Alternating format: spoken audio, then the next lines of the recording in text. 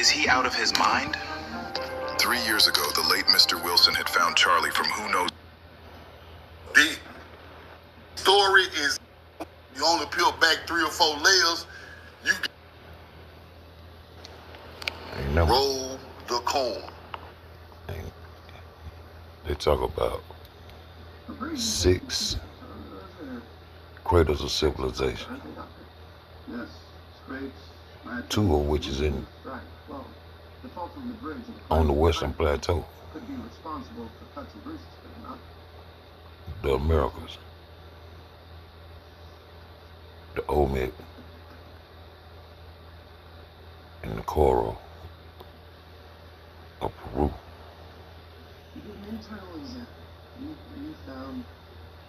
Oh, the Mississippian culture, Western Plateau. Bloodline, man. Y'all niggas supposed to be getting mad, bro. Man, y'all niggas supposed to be upset. Ain't no rebels. Ain't no revolutionaries. Ain't no truthers. Cause y'all niggas don't want the truth. Let's go truth. Roll that corn, my nigga. Don't stand on his coat. Love you and I'm in love with you.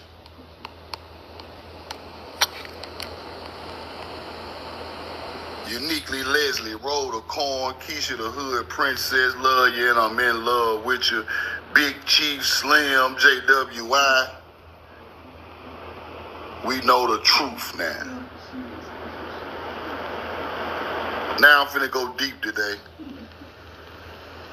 I'm going deeper. I'm going deeper and deeper and deeper and deeper. So boom. Because your history is not surface level. Surface level information ain't enough. It's not gonna teach you where this stuff come from. This stuff is 8 layers. The truth is 8 layers deep under 8 layers of lies. And if you only peel back 3 or 4 layers, you got to keep going. You only know so much. You got to keep going. Don't think you done hit rock bottom with the knowledge. Don't never do that. Don't get no ego. Don't get to thinking you divine teacher. No, it's way deeper than that. This story is the greatest story ever told, ever. People, ain't no story greater than our story. And it ain't no 3 chapters. This story is hundreds of chapters deep, people. And if you got through the first couple of chapters and you think you know everything, and you don't know nothing. Roll the corn. We know the truth now. This stuff deep.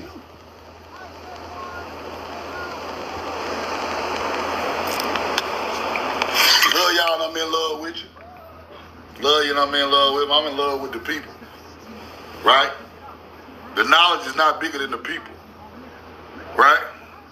That's what you must understand. The knowledge is not bigger than the people.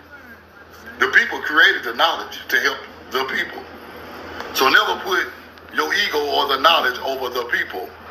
Because it was created to make your people divine. It was created to make your people a better people. It wasn't created just to show off with it. It was created to make the people better. To make the lives of our people better. To be self-sufficient in nature.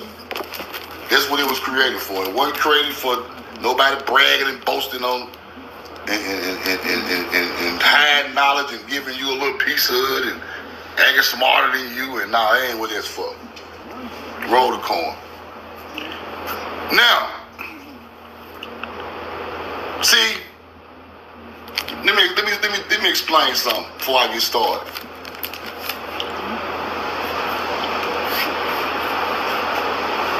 Truth now, I teach in layers, people. I teach in layers. Don't never think I'm teaching the rock bottom information, because you got to learn it in layers to get to the absolute truth. Right? You can't just give one lecture and think everybody know out. No, that ain't what this is about. Our history is so deep that when you think you get close to the truth, you not even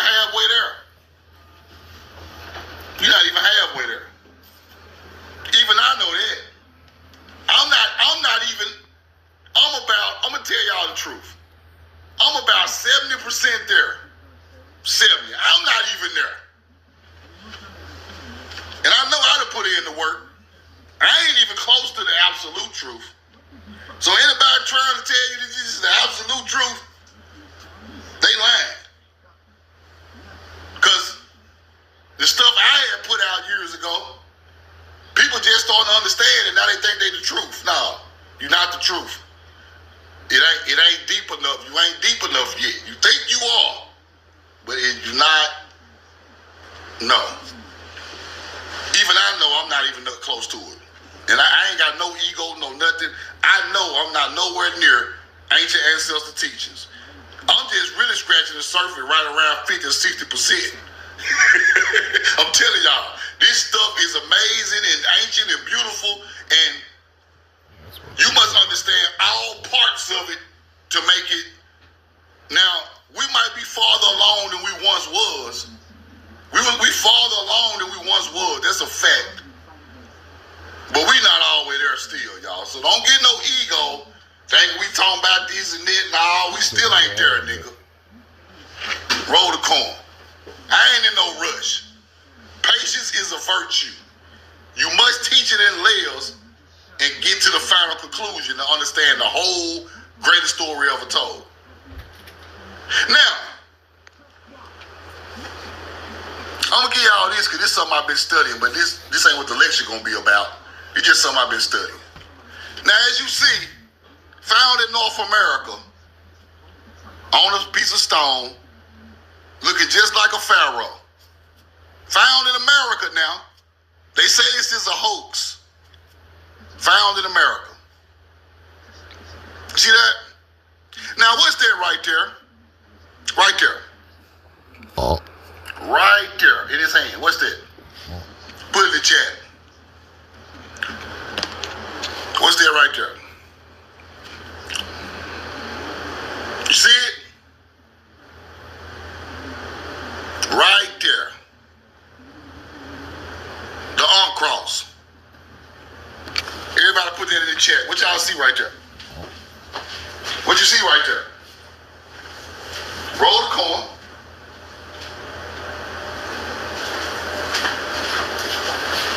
This thing gets deeper now. Don't think it's just surface level and you the truth. No. That's the arm cross. What's that right there? What's that right there? Right there. What's that? She's got a permanent record of your mistakes, and it's silently destroying your marriage in a way. What's that? Come on now, decipher it with me. Roll the coin. What's that?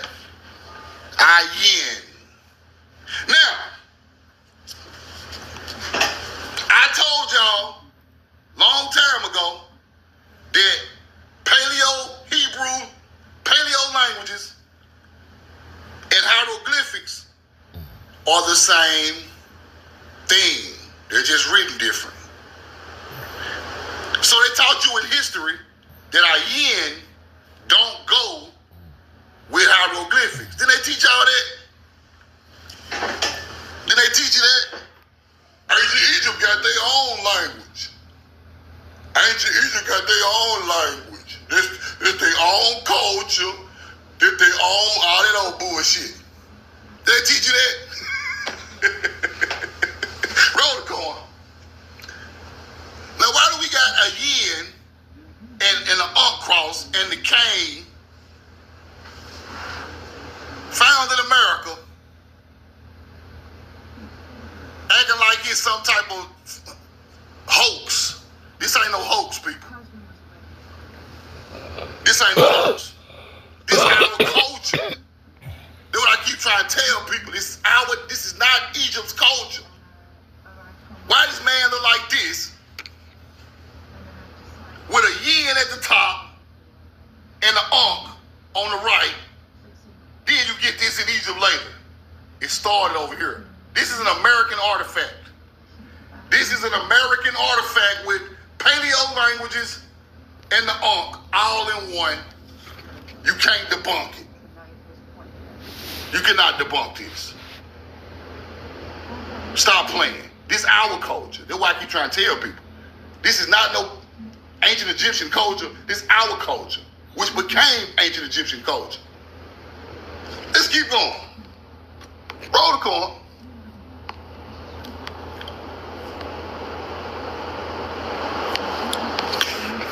Found in America. Found in America Look at the headdress. Look at the headdress. You think that is an ancient Egyptian headdress? It is not. That is a headdress of the mound builders, agriculture people. That ain't got nothing to do with Egypt until they get there. You think that headdress with them lines Egyptian, you out of your mind. This is our culture. I'm telling y'all what I know. Roll the coin. We know the truth now. Your bloodline, the same bloodline as the first people on the Nile, bro. I'm telling you. Let's keep going. Roll the coin. Artifact found. What is this? Ain't that Anubis? With the ankh in his hand in America? The ancient Anubis? Who do you think is the pre-culture for them people? We are. We got the oldest buried black dogs ceremonially in the world buried in mounds in America. Not the damn Nile. Roll the coin. We do it.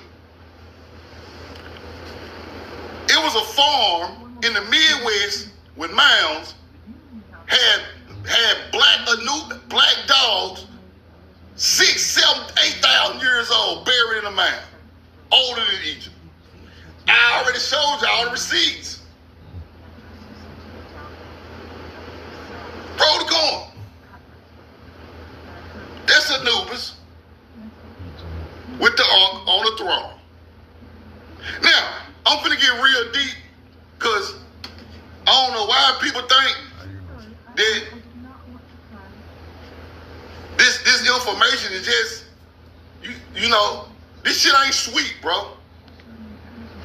Like I see people be sending me videos thinking they kicking knowledge. That's cool, but you still don't understand the half of it, bro. It's still, it go deeper. Right? That's why I say I teach it in layers. I teach it in layers so people can understand it. If you watching what I'm putting out every day, you start to understand it, and then you get the big picture, right? Now, let's go here. Now I'm finna give y'all the big picture. See, I wasn't gonna do this, but I'm gonna go on peel it on back a little more. And I'm gonna keep peeling the layers until you understand who the hell you are and what you created. The association between the constellation signals and Hebrew tradition, right? Archaeoastronomy theories. Interesting, truth. Why do we got the oldest Cygnus mounds in the world? Then it turns into Hebrew. Then it turns into what? Biblical history. See? See, this way I'm going to disconnect myself with all these other people that don't understand where shit come from. If you don't understand it, just say that. Bob told us that they were going to test the alien craft that night. Don't get on the internet acting like it's all fake and garbage. No, you just don't understand, nigga. Just be a man and say, bro, I don't get it, truth. Show it to me.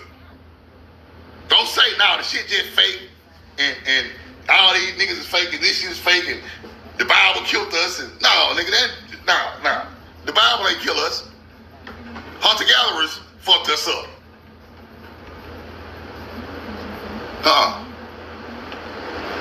Real bloodshed hurt us. Real land taking hurt us. Real diseases hurted us. This book ain't never jumped up and hit me in my eye. This book ain't never burnt down my corn. This book ain't never burnt my house up. Stop giving so much power to the book. And start looking at the people who hurt your people. Misinformed and hurt your people. They misinform you to hurt you on the back. It's a stab in the back. See, if you don't look at it as a stab in the back, this just to wear you in on some knowledge Then they stab your ass in the back. This just a distraction. These books distractions. They just get you just enough to sit there so they can get out on you later on. Now, we got the oldest sickness mounds in the world in America. I want y'all to remember that when I teach y'all what I'm about to show y'all. If we had the oldest sickness teaching, that means we created that from watching the stars. Let's see what that become all over the world. Then you're going to see the power of what your people created and gave everybody else something to believe in. That is powerful, people. Without your ancient ancestors on this land, these people would have no belief system nowhere. Nowhere. Put the coin in the chat. Put the coin in the chat.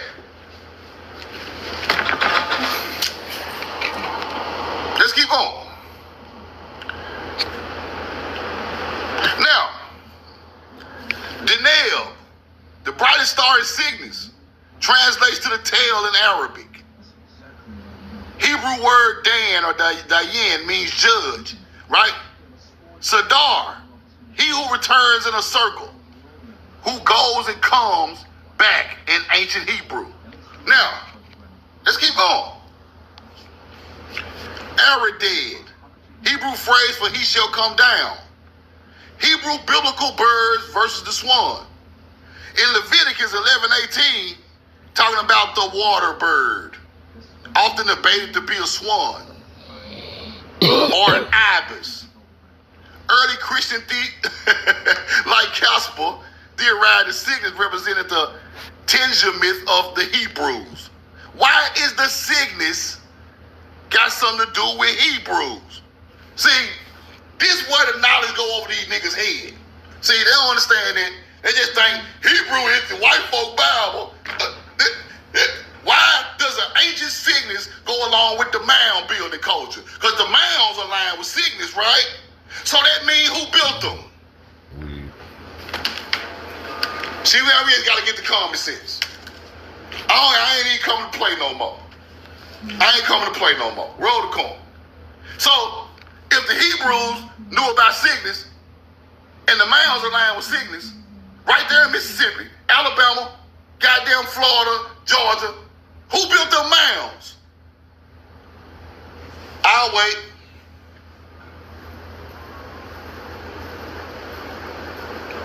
Who built them?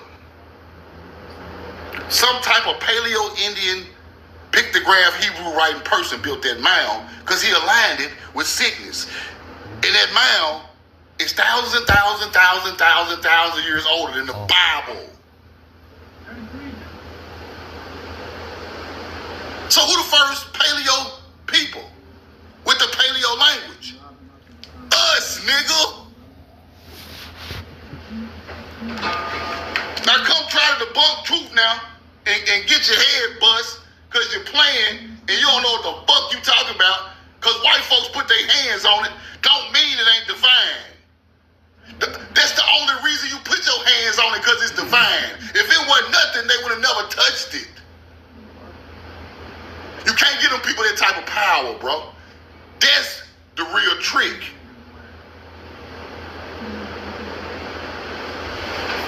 You gonna give them people that type of power?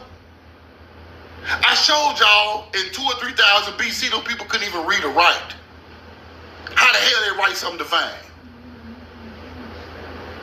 You giving them too much power. The Bible ain't the reason, bro. Every lighter still runs on butane, the same fuel from 50 years ago. That's exactly why they... The Bible ain't the reason, bro. You're giving them too much power. They ain't got no power. They didn't write nothing that was thought-provoking or beautiful or led your people to know peace. They didn't write none of that. How you call them a hunter-gatherer, then they write the most peaceful book on the earth? They don't go together. Either you can do it or you can't. They can't do it. They didn't do it. They weren't even equipped mentally to even write poems. Poems come from agriculture teachings. But let's keep getting deep.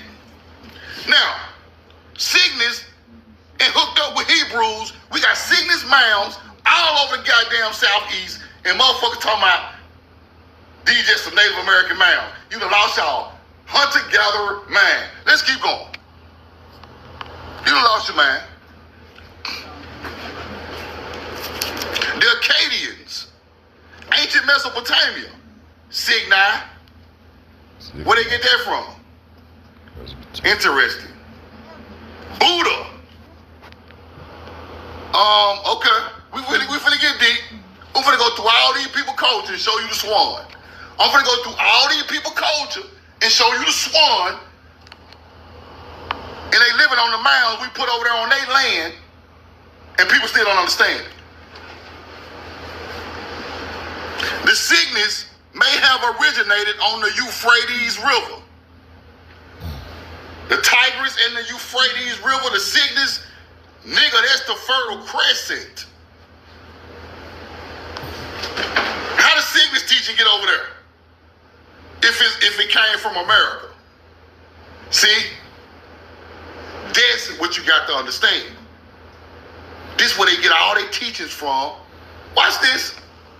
Cygnus on the Euphrates type. That's the Fertile Crescent. I told y'all we built that shit.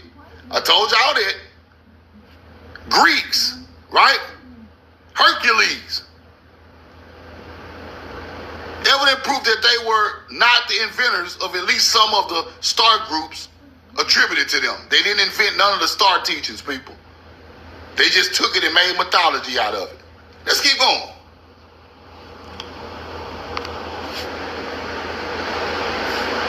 The Gospel in the Stars, Cygnus, known globally as the Swan or the Northern Cross, was tied to Hebrew theology through its stars. Interesting. Interesting. The mounds in America align with Cygnus. The pyramids in Giza align with Cygnus. All them Stonehenge and all that shit align with Cygnus. The Celtic mounds align with Cygnus. The Ireland mounds align with Cygnus. Cygnus used to be the North Star. Way back in the day. See, people don't know that. See, they only just surface deep. Cygnus was once the North Star. So it was specifically used heavy in the old days. Let's keep going. Sadar, he who returns in a circle.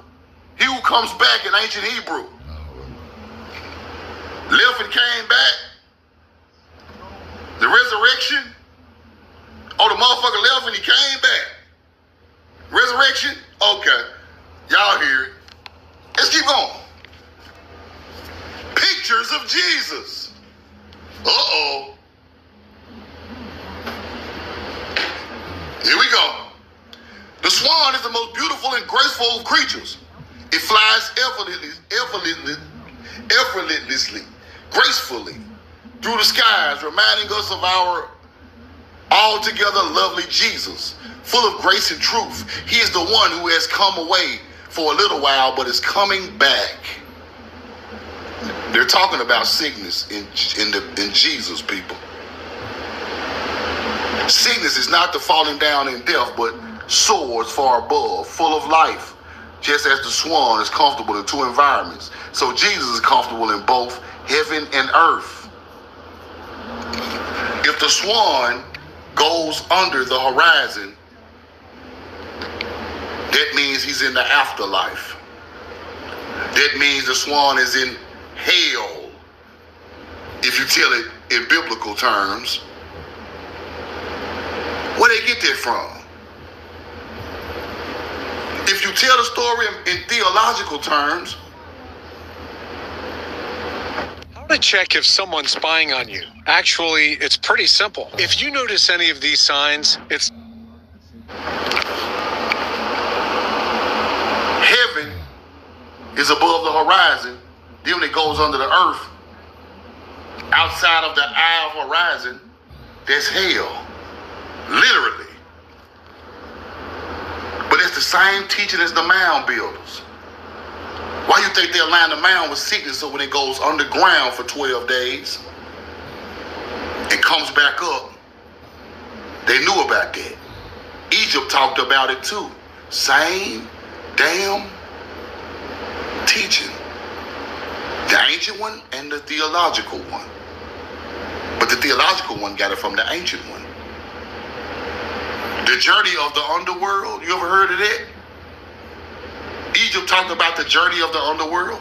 They're talking about sickness on the Milky Way outside of the eye horizon, then it comes back up on the other side.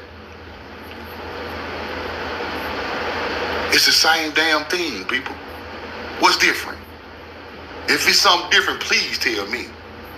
It ain't nothing different. So go read about the journey of the underworld. It's talking about it's the same thing as Jesus' story. Let's keep going. We just warming up. Notice in the picture above, the stars of the constellation are roughly in the shape of a cross, reminding us that the God-man who came to earth won our freedom by way of the cross. What cross they talking about? The sickness cross. The northern cross. What cross they talking about? The sickness cross, the northern cross, not the biblical cross.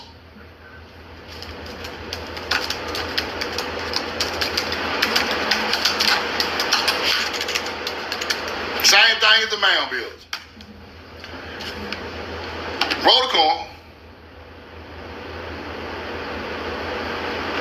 Let me show y'all something. Same thing as the mound builders.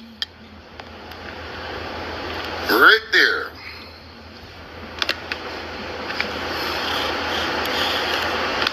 We know the truth now.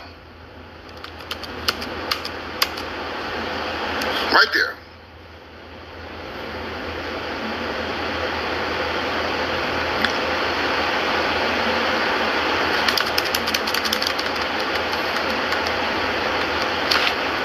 The Northern Cross version of the constellation Cygnus, the motherfucking swan, coming from the summer triangle. Swan, Cygnus, Northern Cross, there you go. He leaves and he rises again. Okay. Let's keep going.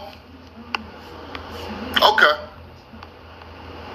Now, if you don't understand who created that, that ain't my fault.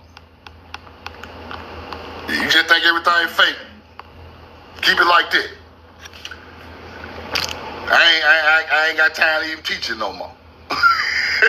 Now, he who goes and comes on circles, the one who comes to us from heaven will return again one day, take us home to be with him forever.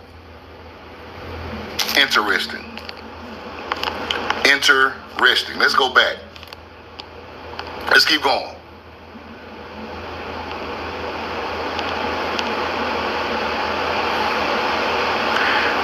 We right here. Known as the king of waterfowl because of his grace and beauty, associated with music, beauty, and poetry, it is also associated with death. You've heard of a swan song. This is the metaphorical phrase of a final gesture, effort, performance given just before the death. A final performance given before the death. Lyra. Now, if truth now gonna give you a final performance before my death, and the summer triangle has 3 spots, what I'm gonna use to play my final performance with? Huh? What I'm gonna use to play my final performance with? If I'm gonna leave here on the Cygnus bird, the harp, Chief Michael, love you and I'm in love with you, because the harp is Lyra in the triangle. the path of going home. The swan song, last performance, the harp. This is a beautiful teaching from a beautiful people. This ain't got nothing to do with a hunter-gatherer coming right out the sky. Now watch what this story turns into later on down the line.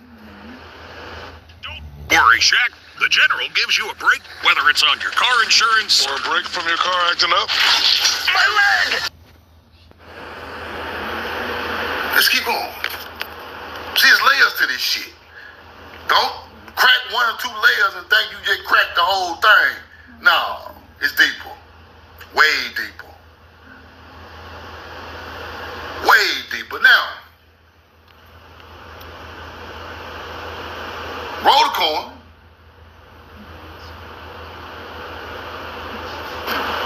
A DG flying swiftly, right? Al Barreo flying quickly. What's flying quickly? The swan on the Milky Way is flying quickly. So the mound building culture, who align this stuff with the sickness first, puts this stuff on different lands all around the world, which is the Atlantean, which is the ancient culture, and then these new cultures learn it and they turn it into mythology. And then it becomes religion. Let's keep going. You get it? Roll the corn. Different languages and cultures clearly seems to be the same. The man from heaven who came to earth is coming back and will return quickly.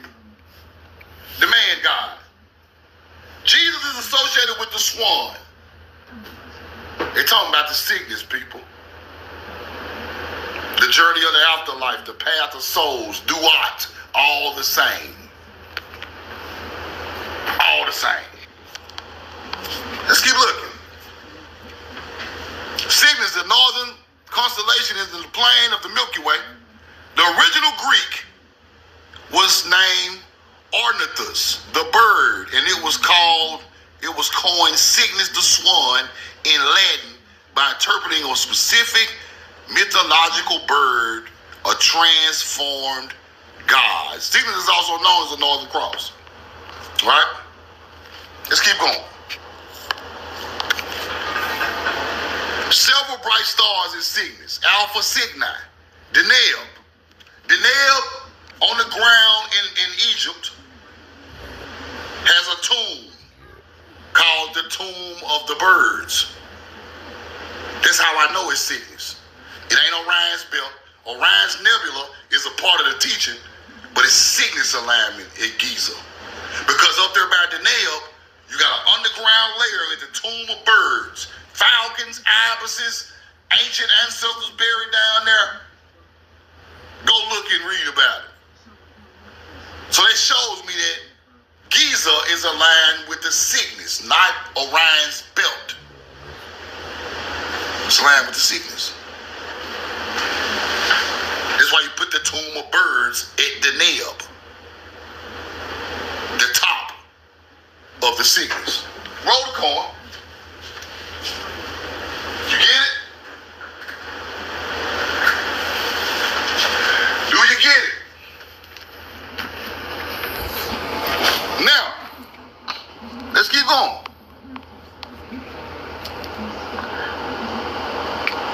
Now, what you got to understand is these early languages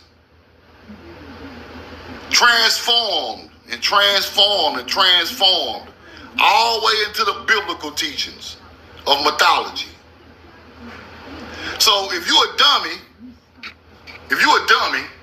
you think this when Hebrew started. When they get to talking about Jesus. If you a damn dummy, you get to thinking this when their language started. That's when their teaching started, when the Bible was written. No. I see stuff in 2,000 or 3,000 BC talking about thou shalt not steal and kill and destroy their own people. Now why, in Mesopotamia, they got ancient artifacts talking about thou shalt not kill and steal and destroy and covet thy neighbor in 2500 BC. But it's fake in the Bible.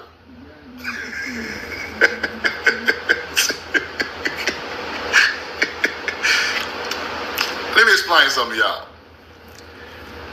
How you gonna say a YT man a caveman, but he got morals in the Bible?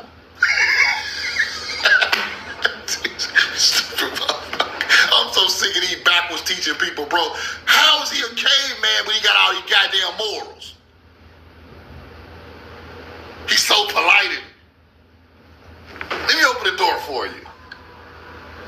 You can't teach both, bro. Either he a caveman or he a motherfucking gentleman. Either he got morals or he don't.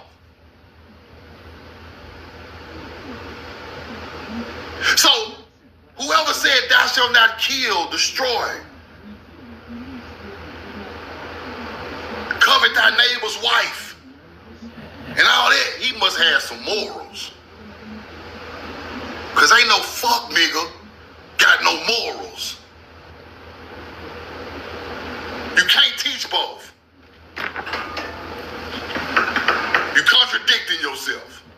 If they can't read and write and ain't got no morals, how are they telling you not to kill and rob and steal?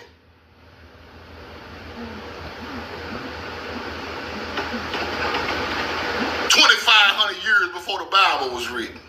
That lets me know some moral people with morals and virtue wrote them. I don't give a fuck who got it after them. We can't do nothing about that. But who wrote them? Virtuous people wrote them. So when they get their hands on it, you think they created it. Now you think it's all fake. But a person without morals can't write morals down and teach them, bro. They had to get it from somewhere else. And these languages that went with them morals all go together. The Colonel has a bucket list. The $10 one, Monday nuggets, Tuesday fried chicken, Wednesday wings, Thursday tenders, Friday nuggets again. Now that's living life to the fullest. Get a $10 bucket of the day from KFC. This settlement check completely changed my life, and it came from a car accident I almost forgot about. I never imagined something this big could come from an accident that felt so small at the time. If you've been in any kind of vehicle accident in the past 2 years, even if you think it was minor, even if you were just a passenger, you might be entitled to far more than you realize. Here's my story. I was stopped at a red light when bam, a distracted driver slammed into me from behind. My neck felt a little stiff, but the car seemed okay. We exchanged info, and I drove home. Big mistake. Over the next few weeks, the pain got worse. I started missing work. My car developed issues I hadn't noticed right away. The insurance company tossed me a tiny offer and basically said, take it or leave it. I almost did. Then my sister's boyfriend, Marcus, told me about something called free case evals. He said, dude, just answer 4 questions. What's the worst that could happen?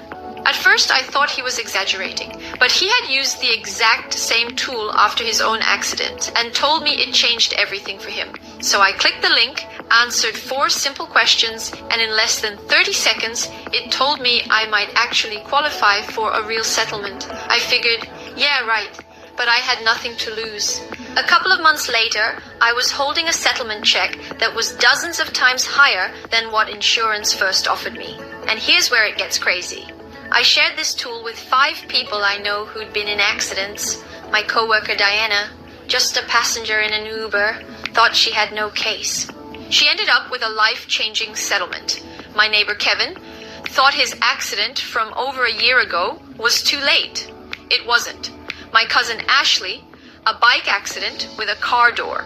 My buddy Ryan swore it was too minor to matter. He was wrong. Even my mom's friend Janet, she's in her late 60s, barely uses technology, but with some help she filed and was shocked at the result. 5 people, 5 different situations, and all of them discovered they were entitled to way more than they thought. Here's what nobody tells you. Insurance companies have one job, to pay you as little as possible.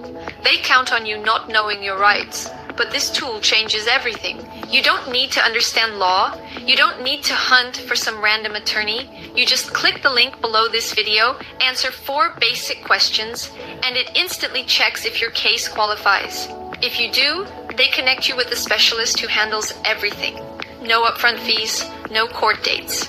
No fighting insurance companies yourself. A year ago, I would have accepted that tiny insurance payout and considered myself lucky. But knowledge is power. Diana was just a passenger. Kevin thought his case was expired. Ryan thought his was too minor. Even Janet, who can barely send a text, discovered what was possible. The craziest part? Most accident victims leave massive amounts of money behind simply because they don't know a tool like this exists. Insurance companies love when you stay in the dark. But you're watching this video right now, which means you don't have to. Whether you were driving, riding as a passenger, walking, cycling, or even in an Uber, if someone else caused your accident in the past 2 years, you deserve to know what you may actually be entitled to. Don't make the same mistake I almost made. Don't let insurance companies dictate what your pain is worth. Click the link below, answer 4 simple questions, and see if your accident qualifies. If you do, the free Case Evils team does the heavy lifting for you. You just wait for answers. Thousands of people across the country have already done this and discovered settlements they never thought possible. Imagine the relief of finally covering bills, paying down debt, or getting back on your feet after such a stressful experience. But you'll never know unless you check. The clock is ticking. Don't wait until it's too late. Click the link now and discover what your case might really be worth. Free Case Evals. 30 seconds, 4 questions. Start today.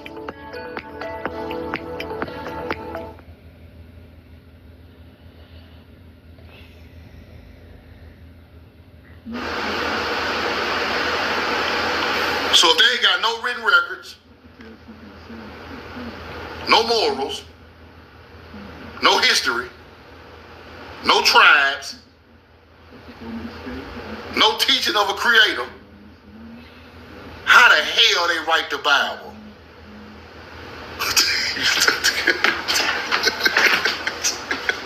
Come on, bro. Motherfucker couldn't even read 2000 BC, bro. And now today, they created all of it. They kicked us upside the head with it. Them motherfuckers ain't creating nothing. It's a switcheroo, bro.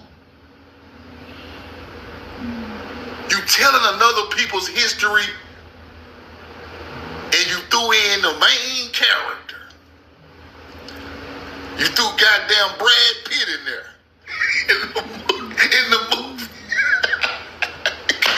You threw Brad Pitt in there, bro. A pretty white boy. I think I teach it the way it got to be taught, bro. Somebody to look up to.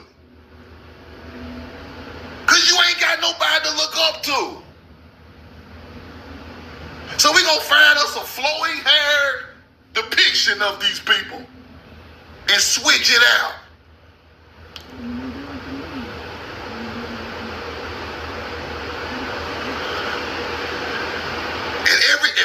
And we're gonna get a fine-tooth comb and go through all them ancient records, and anything don't contradict us being the truth, we're gonna switch it out. We're gonna take these star stories and turn them into real men and switch it out. Now the book is ready. And we give it to the world. Because that book taught us virtue. How to be good people. If it worked on us, them teachings that they stole and read, it helped us. It made us spiritual. We weren't spiritual at all until we read some of them people shit out that mound and pyramid. So if it helped me, it's going to help my descendants. And it's powerful and I can control people with it. And I can monetize it. The greatest story of, okay, if you make music or movies, if you make music or movies and somebody send you a song and that song is perfect, you finna use it. If you make movies and somebody send you the greatest script ever written, minutes to the side and mixed with boys in the hood, mixed with belly, oh, we got to make this. This the greatest movie ever written. And it touches the spirit. We got to use this. But boy, we got to switch it around to make it look like this, but we gonna use the story. We're gonna switch out the characters.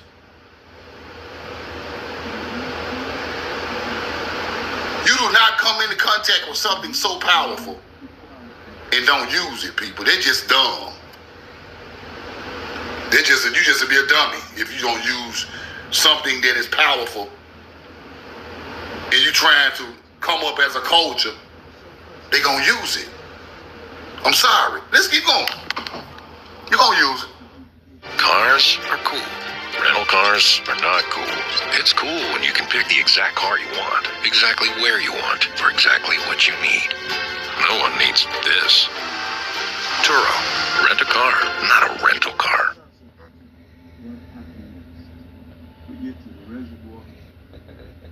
This helps me pay for my bills. Sign up directly on the app. Choose your own hours. Get paid to deliver on your time. There are opportunities in over 7,000 cities. Keep 100% of your tips. Download the DoorDash driver app and get started today.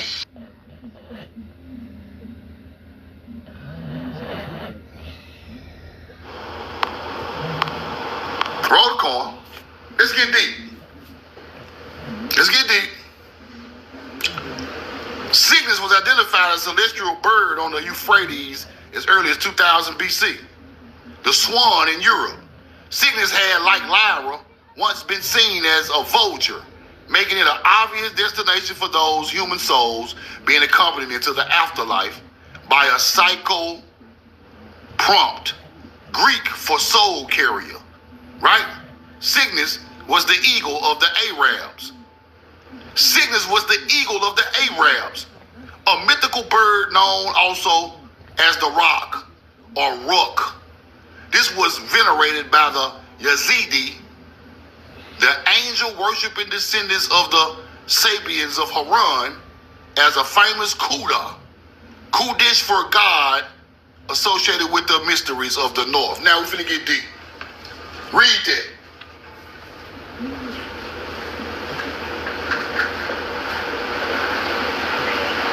Read that.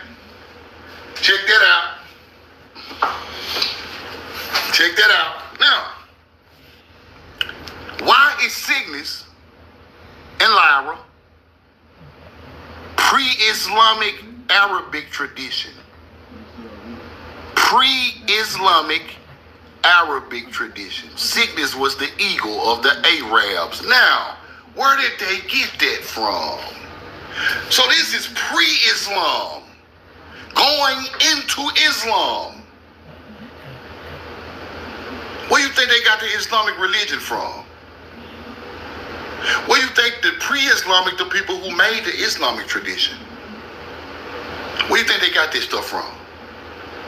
Let's keep going. The ancient culture, who was there before them. Pre-Islamic goddesses. Uh-oh. Let's keep going. The bird called Anfar, which was perched on top of a pole used in private services, called a sandjack. Since the Anfar was identified as a dove, it can be equated with the pigeon bird idols venerated prior to the age of Muhammad at Mecca, originally a Sabian shrine.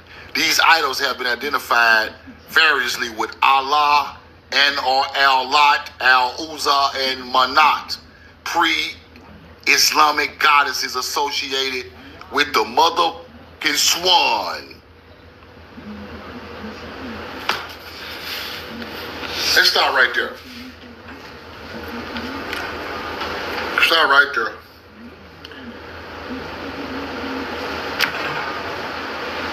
This is showing a culture going around the world, putting this Cygnus teaching all over the world, and different hunter-gatherers are picking it up as they build their religions. get it? Pre-Islam goddesses of the swan. Cygnus. Alright. Let's keep going. Roll the corn. Pre-Islamic goddesses associated with the swan. Celestial swan came under the influence of New Eastern love goddesses, who was classical tradition who identified as Aphrodite and Venus. Now, the Christian tradition. Cygnus was seen as the cross of Calvary as early as the 6th century and arguably as far back as Roman times, where the crucifixion scene was associated more with the pagan god Orpheus, whom Jesus portrayed as in a number of early Christian statues and murals found in Rome. Let's stop right there. Orpheus, huh?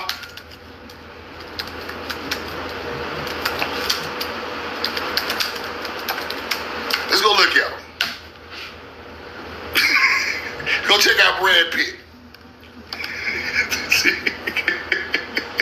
Now, what's funny about Orpheus is, this is what's funny about the first Orpheus. I'm going to show you. Roll the card.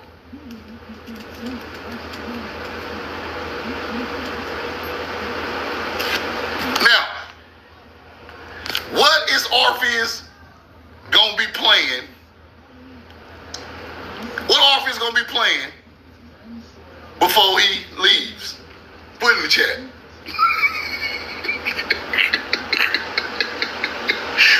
Did I just teach y'all? What the hell is old Orpheus playing? Roll the card. Open a Chime checking account in 2 minutes and get paid earlier to enjoy a festive spring. Apply now.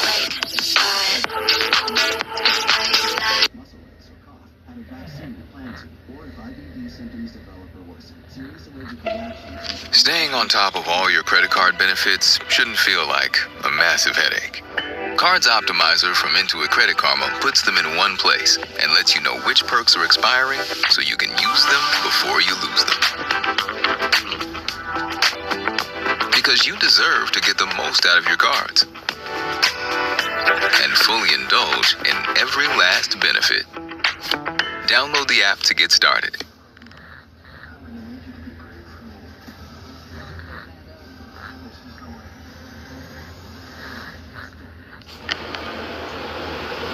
Damn, old Orpheus.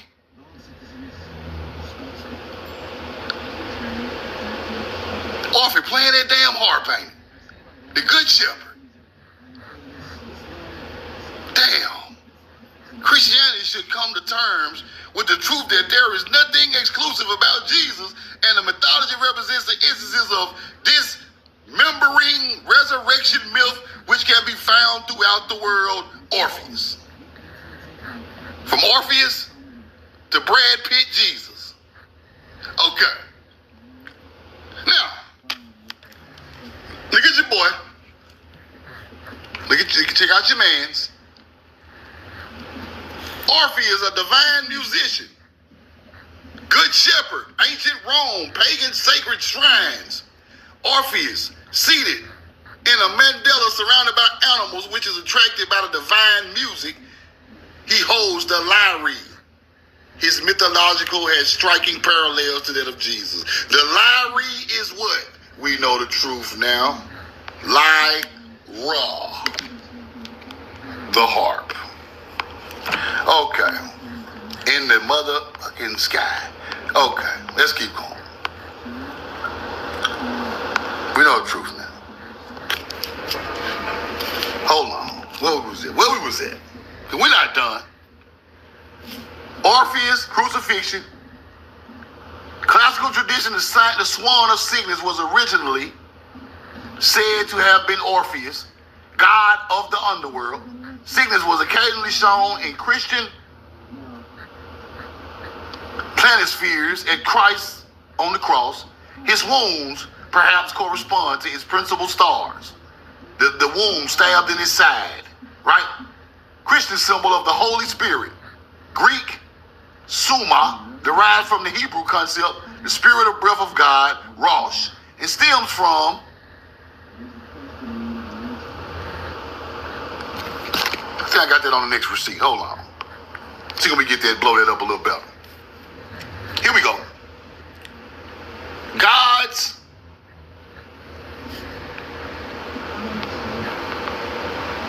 hold on.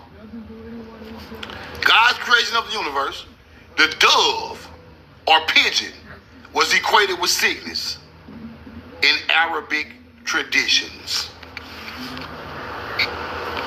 So when they letting the dove go for God, the dove flying for God, sickness.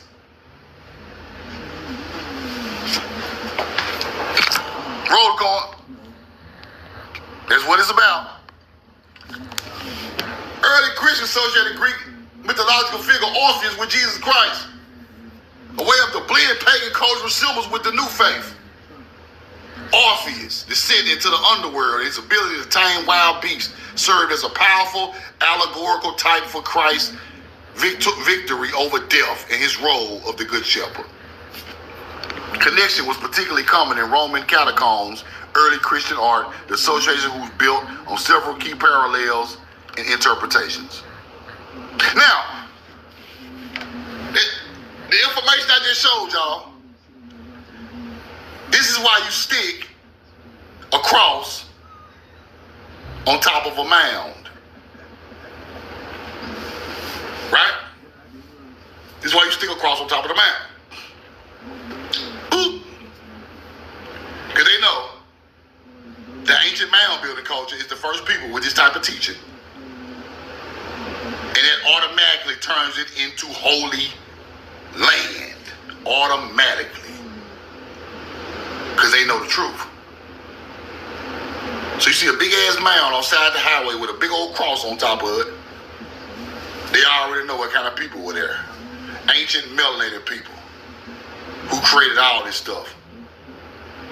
That aligned the mounds with sickness. Sickness became Orpheus.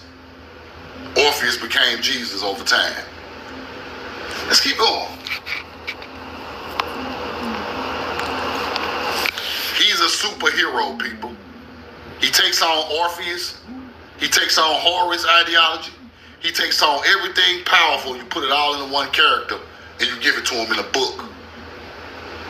But you use their morals and teachings to make the book fill up. You get it? Let's keep going. Taming the wild, Orpheus played his lyra and sang so beautifully that he tamed wild animals, brought harmony into nature. The first teaching was harmony into nature, right? Balance and harmony of nature. First teaching. You get it? Orpheus descended into Hades is an attempt to rescue his beloved Eurydice. Early Christians viewed, right, metaphor, harrowing of hell, which is descent into the underworld to conquer death and liberate the righteous. So when sickness goes under the horizon, same teaching as sickness going into hell. Same thing. Sickness disappears, y'all. Protocol. Sickness disappears and comes back. And when it comes back, that has something to do with the resurrection story. Let's keep going.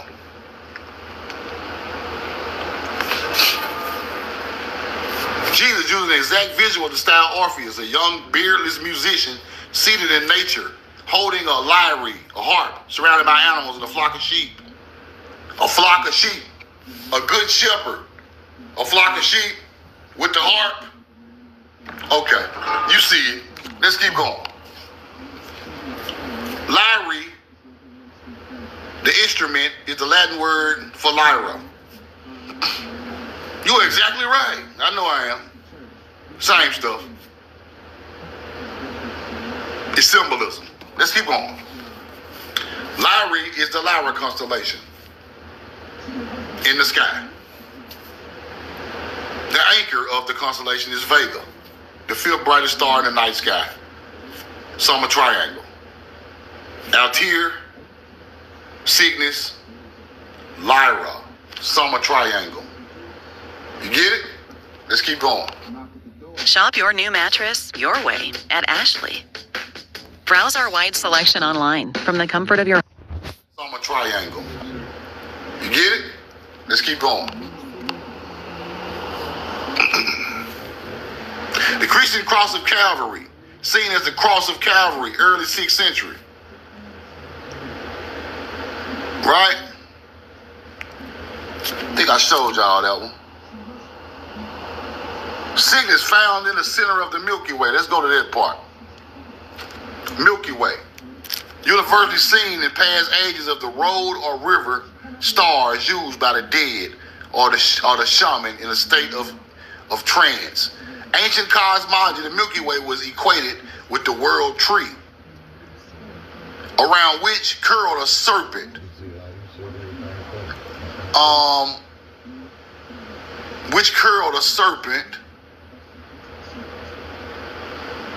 Where was it? On top of the celestial bird. In shamanic tradition worldwide, the world tree had to be ascended to reach the celestial adobe or sky world, either via the Milky Way or the north-south meridian line. It was a realm accessed via a hole, door, or gate as its most northerly point. And often this has seemed as being located somewhere in the proximity of the cosmic axis, marked by the bird at the top of the tree, which we can safely identify as the Cygnus constellation.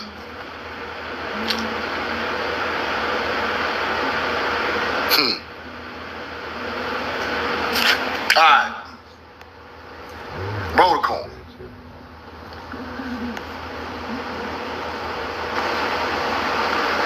Now, right there, Milky Way. Okay. Let's check this out. Milky Way, to one of the countless worlds of light.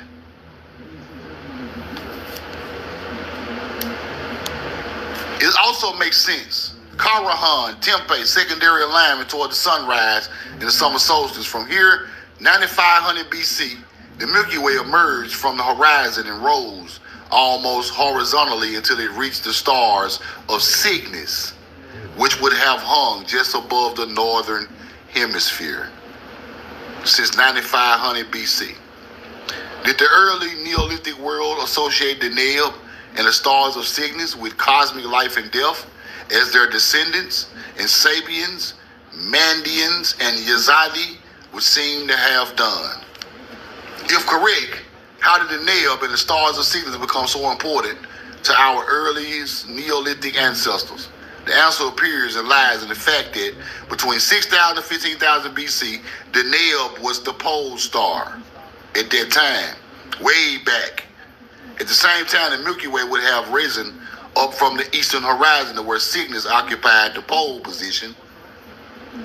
The stars of Scorpio, and anciently seen as a serpent, were placed at the base of the Milky Way, expressed as the world tree. Fire.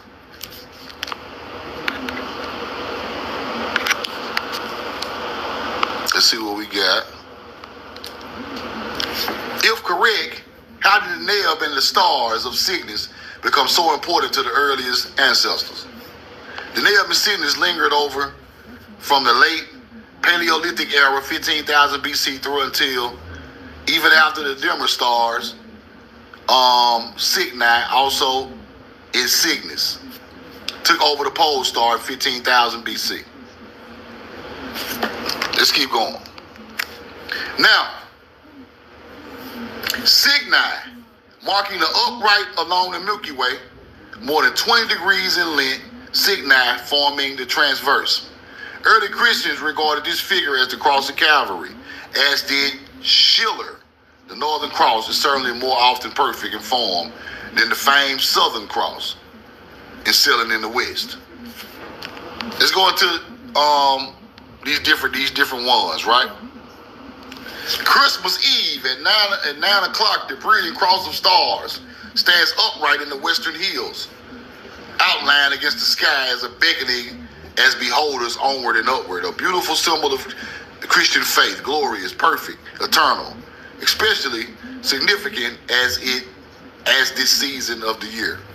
Cygni, vacant spaces in the Milky Way, was black, seemingly bottomless abyss, the brick over which men peers into profound and mysterious depths of interstellar space. This wonderful region of the sky is known as the Northern Cold Shack. Right? Keep going. Cygnus was Sadar by the Arabs, meaning the hen's breast. It lies in the midst of the beautiful stream of small stars, itself being involved in a diffuse nebulosity extending to Cygni. Arabs, right? Sadar and the widely Cygnus swan constellation carry massive historical and cultural significance in the Arab world because of the early Arab and Islamic astronomers. Now, where did they get that from? Right? Because the old culture is the mound building culture. That means the mound building culture moved to that area where these people are from, and they get their religion and teachings, their ancient teachings from another people's culture. It's cultural assimilation. You get it? This is how you build their religions up.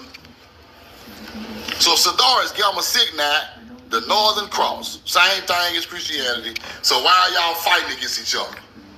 You know you could be entitled to a 5 or 6 figure payout if you suffered a serious injury at work, like a broken bone, torn tendon, or needed surgery. Yes, even if the injury happened months ago. Most people settle for less because they don't realize what their injury is actually worth. Just click on the link around this video to discover how much your case could be worth. So why are y'all fighting against each other?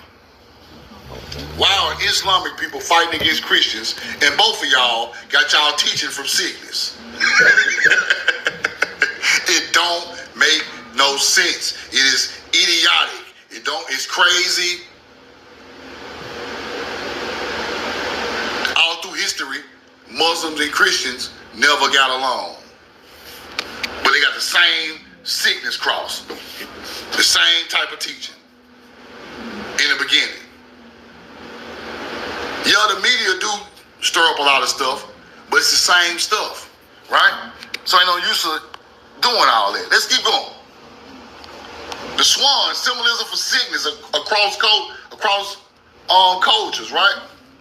The swan has been a symbol of grace, beauty, and purity in many cultures around the world. In ancient Greece, the swan was associated with the goddess Aphrodite and was seen as a symbol of love and beauty.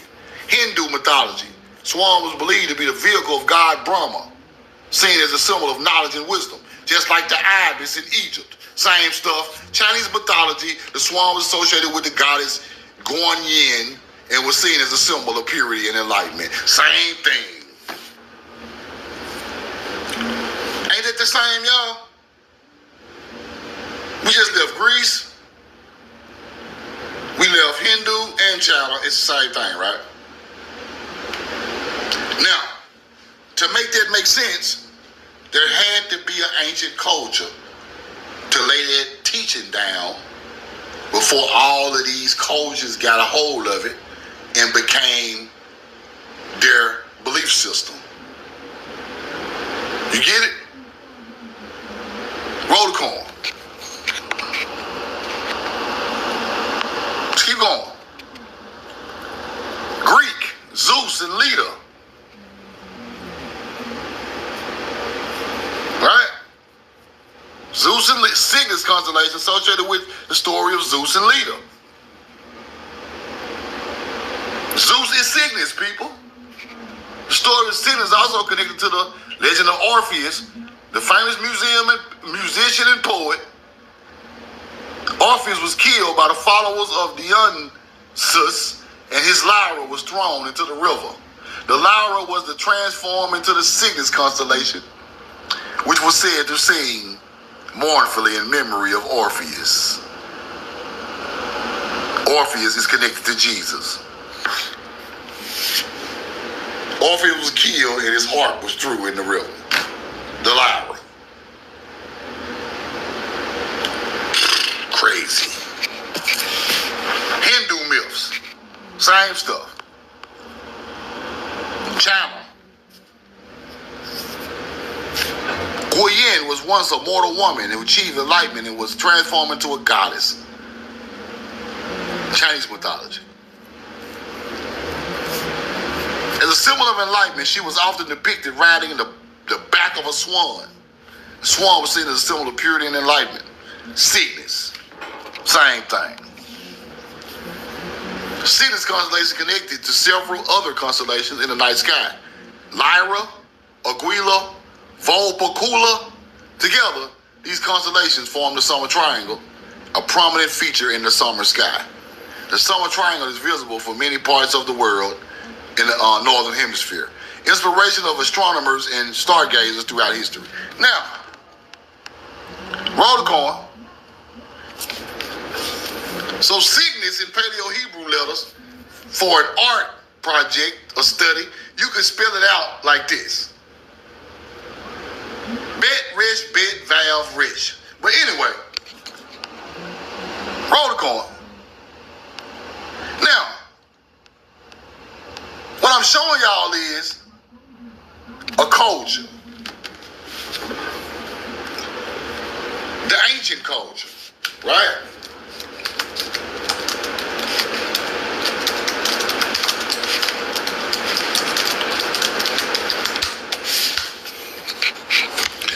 Show y'all.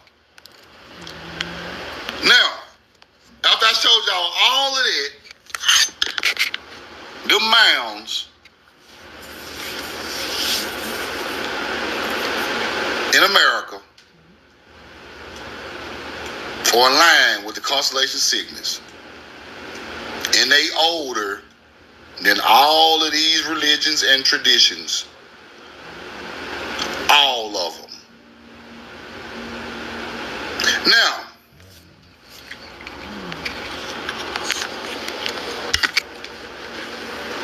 I showed y'all. Hey, skip this video unless you were actually in a car accident. Seriously, if you haven't been in a car accident in the last couple of years, this probably won't apply to you. But if someone else caused an accident you were involved in, even if you were just a passenger or in a rideshare, there's something most people don't realize until they check. And it only takes answering 4 quick questions to find out. When my accident happened, it honestly didn't seem that serious. I was stopped at a red light when another driver hit the back of my car. I showed y'all that Cygnus had something to do with Paleo-Hebrew. So, if what the ancient mound building culture, which are our ancestors on this land, created, became, after it went around the world and settled in China, Greece, Africa, the Middle East, Northern Europe, even Russia got these stories.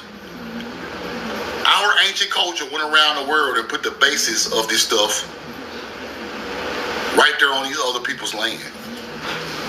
Because the oldest Cygnus alignments coming from America. So now it's showing how people going around putting this stuff all over the world. And then here comes these other cultures behind it, acting like they created it. But really they got that culture from the people who was there first.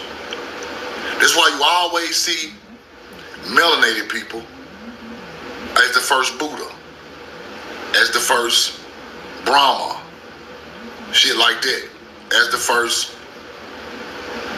so-called pre-Islamic people. You always see a brown-skinned brother, and then it becomes the teaching of the land. Now, of that land. But it's all the same story. Swan ideology. Celtics and Irish. I want to show y'all this too before I stop it, right? Symbolizing transformation, outer world, eternal love, Celtic and Irish mythology, Elah. Symbolizing transformation, outer world, eternal love, Celtic and Irish mythology, Elah.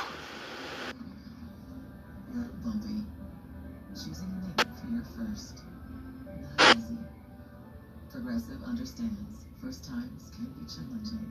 It's why we created the Up Payment Program, down payment assistance for first-time home buyers. Because first times are easier.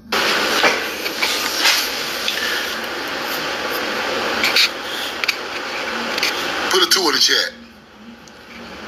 Pre-Christian Druids. See it?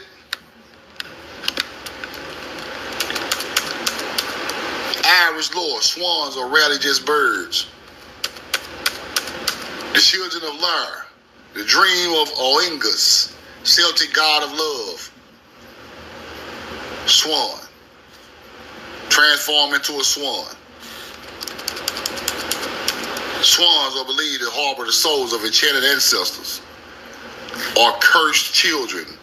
Ancient Irish communities historically held a strict taboo against harming, eating them. Killing a swan was seen as an offense that could bring a year of terrible misfortune or death. Now, you in America, a swan is crossing the road, you better not hit it. You're going to get a major fine or you're going to jail.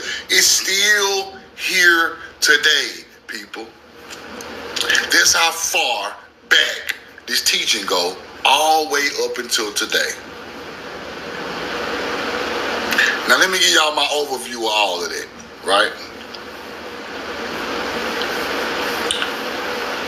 The people who map the stars. Now, I showed y'all Cygnus first arrived to the naked eye around 15,000 BC. Did I show y'all that receipt? Y'all remember that? Put a 2 in the chat if y'all remember that. Put a 2 in the chat if y'all remember that. When it says Cygnus as the pole star, 15,000 BC, right? Y'all remember that? On the receipt I just showed? I can't remember which one it is. So many receipts. That's why I be putting stuff on YouTube so we can go back and look at it. But let's see can we find it. Let's see can we find it.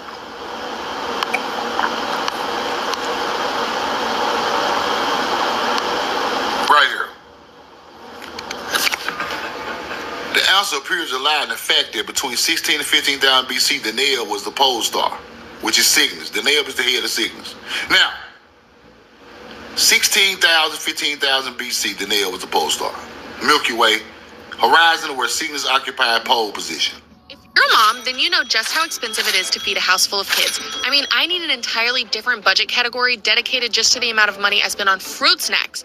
And sometimes the grocery budget just can't keep up with my kids' crazy appetites. Luckily, if you take just 2 minutes to sign up, you can get spotted up to $200 through Chime without having to worry about any overdraft fees. So now I can treat my kids to their favorite snacks stress-free. So now I can treat my kids to a couple packs of berries. Apply now and you'll thank me later. Don't even damn look like it. That shit crazy. 1 pack of meat. Man, I got 1 pack of chicken. This settlement check completely changed my life, and it came from a car accident I almost forgot about. I'm honestly shaking as I record this.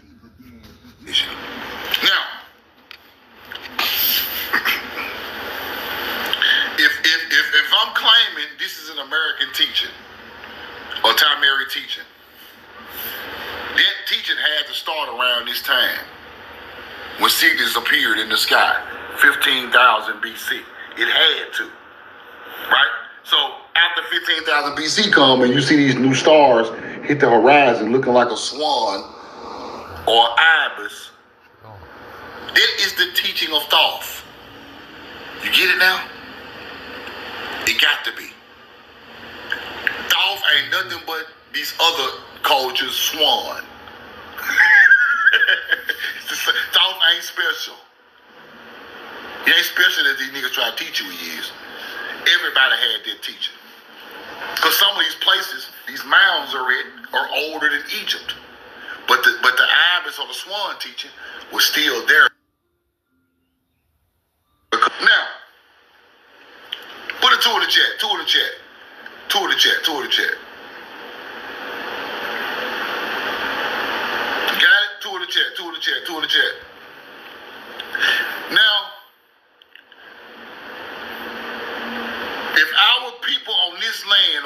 mounds aligned with Cygnus,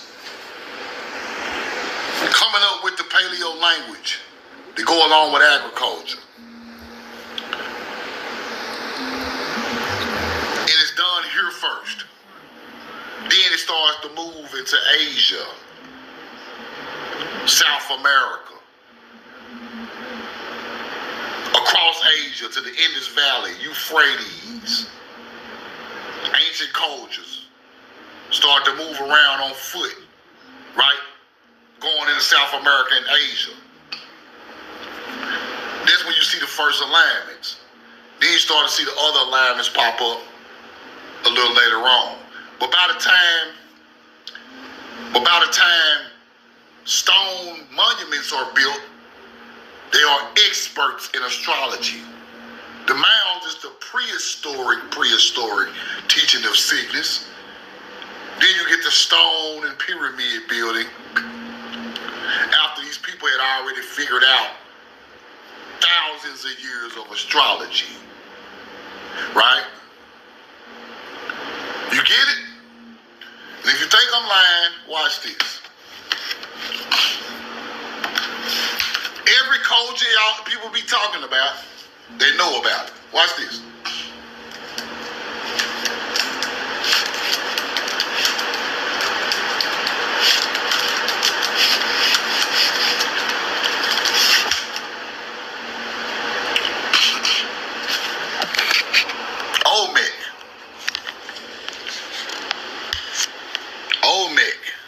We're aware of Cygnus constellation, astronomical alignments of their monumental architecture. You get it? Mayans. Let's go see what they know. Deep sacred understanding of the Cygnus.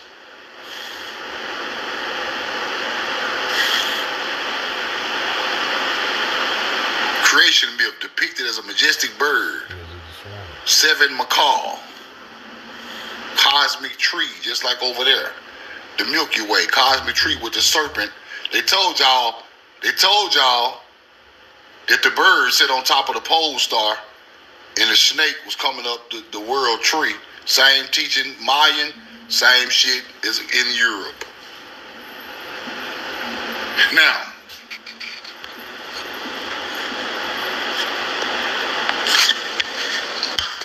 mounds in North America, older than the pyramids in Mexico,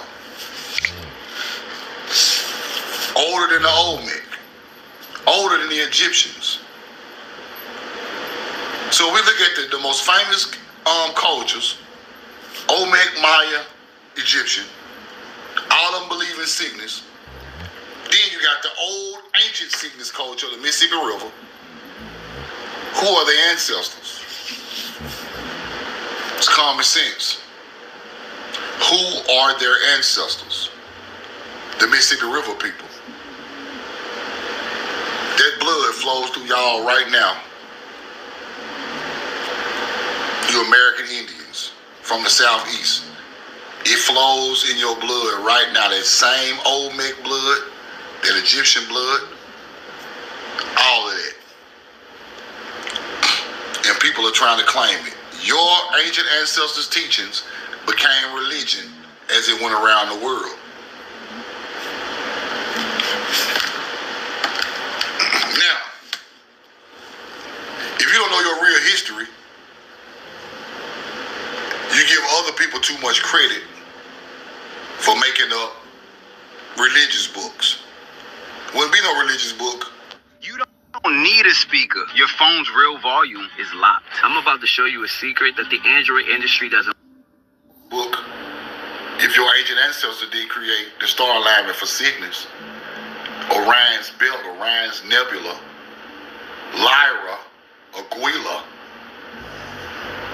wouldn't be no American flag, wouldn't be no red, white, and blue flag, wouldn't be no Jesus, wouldn't be no Holy Quran, it wouldn't be none of that. Then you tie in the agriculture with it, then it all makes sense.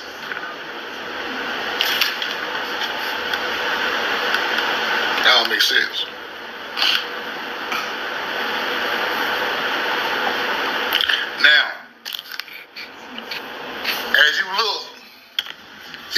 different mound sites all over America. Even Serpent Mound has a sequence alignment, right?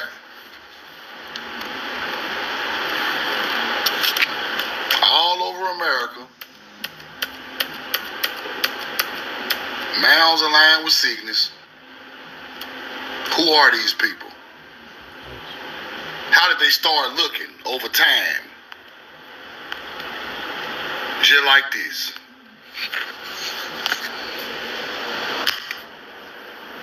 Because that's an American artifact right there. That is not no Egyptian artifact. That artifact was found in America. Now,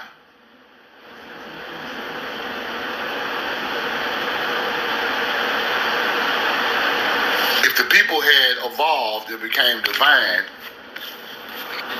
if the people became divine and evolved off the Mississippi River,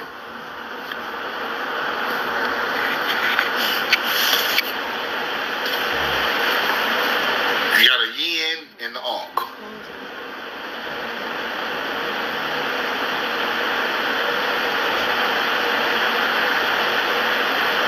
This is an American artifact. They try to claim they not, but this is an American artifact.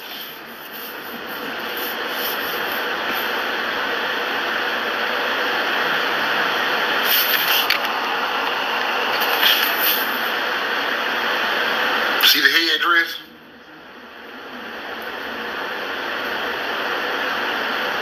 Now, let's use common sense. Let's use common sense, right? What the hell? Hold on. Let's use common sense. These people are using minerals from the earth. They don't nobody else in the world know nothing about. They know agriculture, don't nobody else in the world know nothing about. But a couple of people. Mesopotamia, Egypt,